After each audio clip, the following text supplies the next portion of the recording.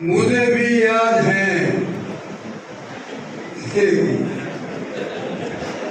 मुंबई में मैं सुबह देखते तो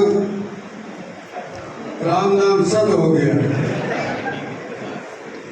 इमरजेंसी लगा दी गई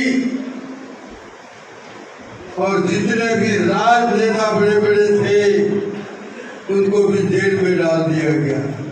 देखो उस समय राजनेता नहीं था, लेकिन मुझे भी 3-4 दिन के लिए लेके गए। बोला भाई मेरी गलती क्या है, मैं आपके ऊपर मुफ्त में, ये तो मुफ्त में और तो कुछ नहीं है।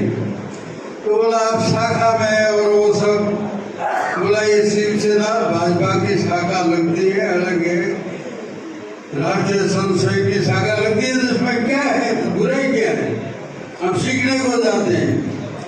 लेकिन मेरी उम्र उस समय नाबालिग थी और मुझे छोड़ दिया गया, 30 या 14 दिन छोड़ दिया गया। जेल तो चलो आखिर जेल ही होती, मुझे जेल में डाला था, वापस बाहर बिठा दिया गया और छोड़ दिया गया। वो इमरजेंसी हम काला दिवस के रूप में हमेशा बनाते हैं। इस देश के अंदर कोई आफत नहीं आई थी। आपातकाल जब लगती है कि देश को कुछ आफत आ जाए, कोई हमला कर दे दूसरा देश तो आफत लगती है, कोई आफत नहीं थी। इंदिरा गांधी हार रही थी, उनकी सरकार जा रही थी और उसी की वजह से सारे भारतीय जनता पार्टी के नेता ने सबको अंदर डाल दिया। और जब जेल में बैठे बैठे जीते, एक छोटा सा लाइब्रेरी में जहाँ पे खड़ी हुई थी इंदिरा जी, एक उस्त्री वाला और एक पान वाला था, उसने झंडे कांग्रेस के लगाए हुए थे।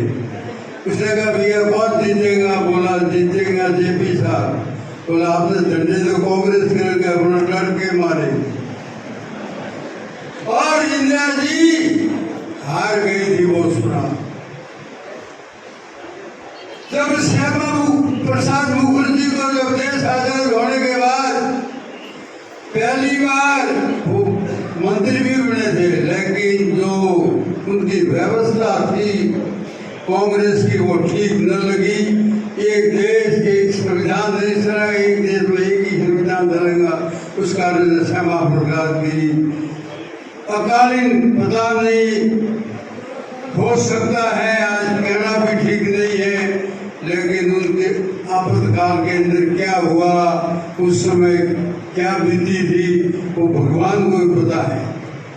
लेकिन आज हम काला दिवस इसलिए मना रहे हैं कि उसका का जो दिन है 25 तारीख 24 तारीख 25 तारीख 24 तारीख रात को इमरजेंसी लगी थी।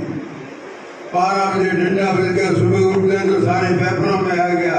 उस समय मुंबई समाचार मुंबई में पेपर आता था, सारे पेपरों में आ गया कि इमरजेंसी लग गई। लेकिन जैसे ही भारतीय जनता पार्टी की सरकार बनी, सारे नेताओं को छोड़ दिया गया।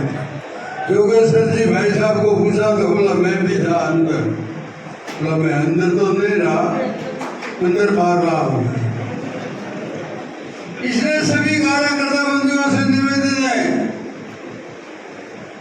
कि एकता बहुत बड़ी थी। मैं मान रहा हूँ योगेश्वर जी ये बात सरकार तक पहुंचा है, उसको हल्के में मेहरबानी करके न लें। जो कार्यकर्ता है वाजिब काम लेके आ रहे हैं, उनके काम भी हकीकत में नहीं हो रहे, मैं मन से कह रहा हूँ। जिनके वाजिब काम है और हम जैसे व्यक्ति भी, मैं जाके आपको पता है मेरी आदत थोड़ी खड़ूस है, या तो उसको उल्टा सीधा कह दिया, अरे बड़ो मारा भाई हम तो आदम की है पहला अलग दिए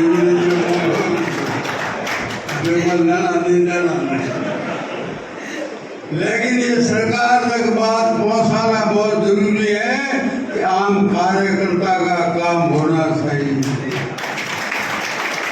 आज इसी मुझे भी पता है सब कार्यकर्ता आपके पास आते हैं, मेरे पास आएंगे, क्या समझ जाएंगे कितने लंबे से काम नहीं हुआ। मैं तो समझ के नहीं सकता कि मोहर आप स्थिति नहीं है। तो आपकी सभी कार्यकर्ताओं की भावना रखते हुए माता भाई साहब जोगर सर से निवेदन है कि के साथ प्रभारी मंत्री आएंगे, उनसे भी निवेदन है जो कार्यकर्ता का वाजिब काम होना चाहिए। मैं नहीं कहता हूँ गलत काम लेकर गलत काम करो, वाजिब काम है वो कार्यकर्ता का होगा, 120% होगा। नहीं तो भला विधानसभा में आप पहुंच गए तो आपने मतों दी, लेकिन सिर्फ शपथ बोल दे, हार कोई हार नहीं बोलता। आप कोई आम कार्यकर्ता नहीं हारने, आम जनता नहीं हारने। मुझे लगा था कि 25,000 पूरी जाती हारे, मुँह हारे तो फिर कौन दी दोनों तो भाई बीच देती तो करीबी व्यवहार हो रही। लेकिन कार्यकर्ताओं को धन्यवाद दूंगा कि एक एक कार्यकर्ता ने रात दिन मेहनत करके पूरे 500 की 500 सीट जिताने की कोशिश की। और यदि मैं 25,000 पे हारता तो मान जाता कि जनता ने मुझे वोट दे दी। इसमें जनता कोई दोषी नहीं, कार्यकर्ता एक भी दोषी नहीं। दोषी कौन है वो आप सब जानते हैं। दोषी कौन है वो सब जानते हैं। आप सब कार्यकर्ताओं को निवेदन है कि ज्यादा का उद्देश्य पुण्य में ज्यादा अवसर नहीं उड़न उड़ने बाजी बॉम्बे 100% भार करने आजो योगेश जी भाई साहब करने जाजो, देवेंद्र साहब करने जाजो, दूसरा जी करने जाजो, सब हमारे बाजी में वो 100% भाई आज को हमारे बात के लिए अपनी बात समाप्त करो। धन्यवाद। भारत माता की जय।